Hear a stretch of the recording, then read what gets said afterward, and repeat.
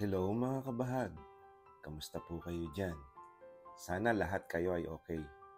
Today ay magluluto tayo ng fish escabeche.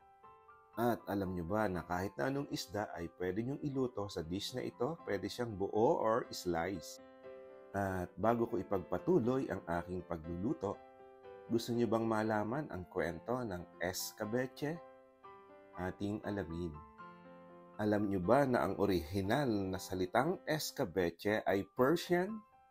Ang mga kapatid nating Arabs brought the word escabeche to Spain in the 8th century. Grabe, no? Akala natin ang salitang ito ay nanggaling talaga sa Espanya. Ang laki talaga ng impluensya ng mga kapatid nating Arabs pagdating sa pagkain. O siya, ipagpatuloy natin ang kwento. The word escabeche derived from al-sikba, na ang ibig sabihin, ito ay isang meat dish na niluluto sa sweet and sour sauce na ginagamitan ng vinegar and honey or yung tinatawag nilang date molasses. Tamar ang tawag sa wikang Arabic ng dates. Naturally, napakatamis po ng dates.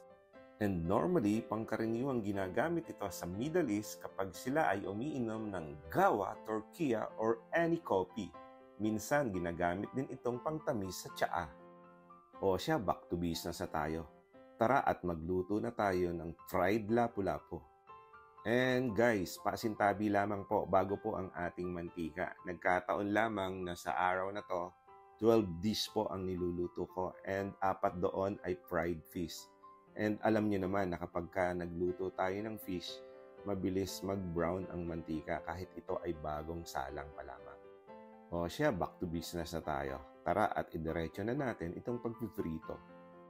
And to be honest, akala ko hindi ko matatapos itong vlog ko na to kasi kanina habang nagpiprito ako ng calamares, bigla pong tumalsik yung mantika and sad to say, medyo masakit ang pagkakapaso sa akin. So ayan, at tapos na ang ating piniprito. Ayun, nakita nyo may mga nauna na pong akong pinrito. Ayan, yung talakitok at saka yung pompano. Marami po kasing dish ang gagawin ko ngayon. So eto, isosotay na muna natin itong ginger. Uunahin ko po ito kasi mas maganda kung mababrown natin ng konti ito.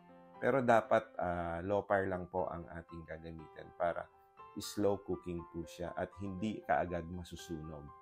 Ilagay na rin natin itong bawang at pagkatapos isunod natin itong white onion. Wala namang special sa white onion. Yun nga lang, mas mura ito ngayong mga panahon na to. Kaya ito ang mas pinipili kong gamitin para medyo makatipid tayo sa dish na ito. After nating haluin, maglagay tayo ng konting toyo.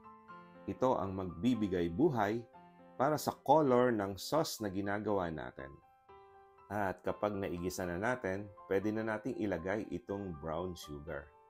Manamis-namis na maasim po ang lasa nitong ating escabeche.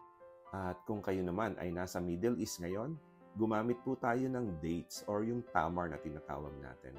At eto, naglagay na rin ako ng vinegar. Sugarcane vinegar ang ginamit ko kasi hinahabol ko rito yung dark color. Naglagay din ako dito ng pepper powder. At inuulit ko mga kabahag, pwede kayong gumamit ng lahat ng klase ng vinegar. Mapatuba man yan, dato puti, or whatsoever. Anything will do po. Pinakuluan natin yung vinegar dito para magkaroon ng acid reduction. And after niya makuluan, pwede na tayong mag-add ng water. Medyo nakulangan po ako sa water kaya at this point ay nagdadagdag pa ako ng water. At kapag natikman nyo na at okay na ang lasa ng ating sauce, pwede na natin itong palaputan.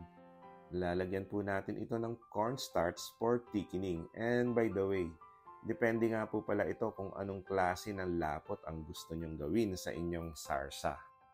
As always, it is your preference. Palagi po tayong may choice sa buhay. At ngayon naman, ilagay na natin itong ating mga nahiwa na bell pepper. Medyo masaya ako kasi nakakita ako dito ng iba't ibang klase ng bell pepper kaninang umaga. Binili ko po yun dun sa farmer's market.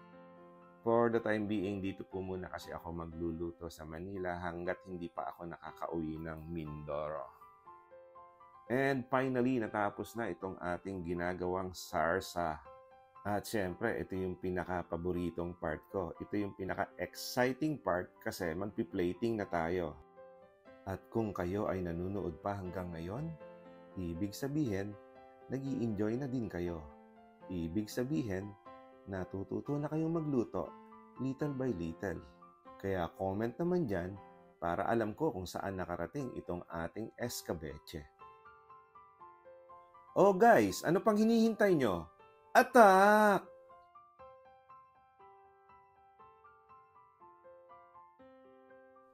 So paano guys? Thank you for watching. See you on my next video.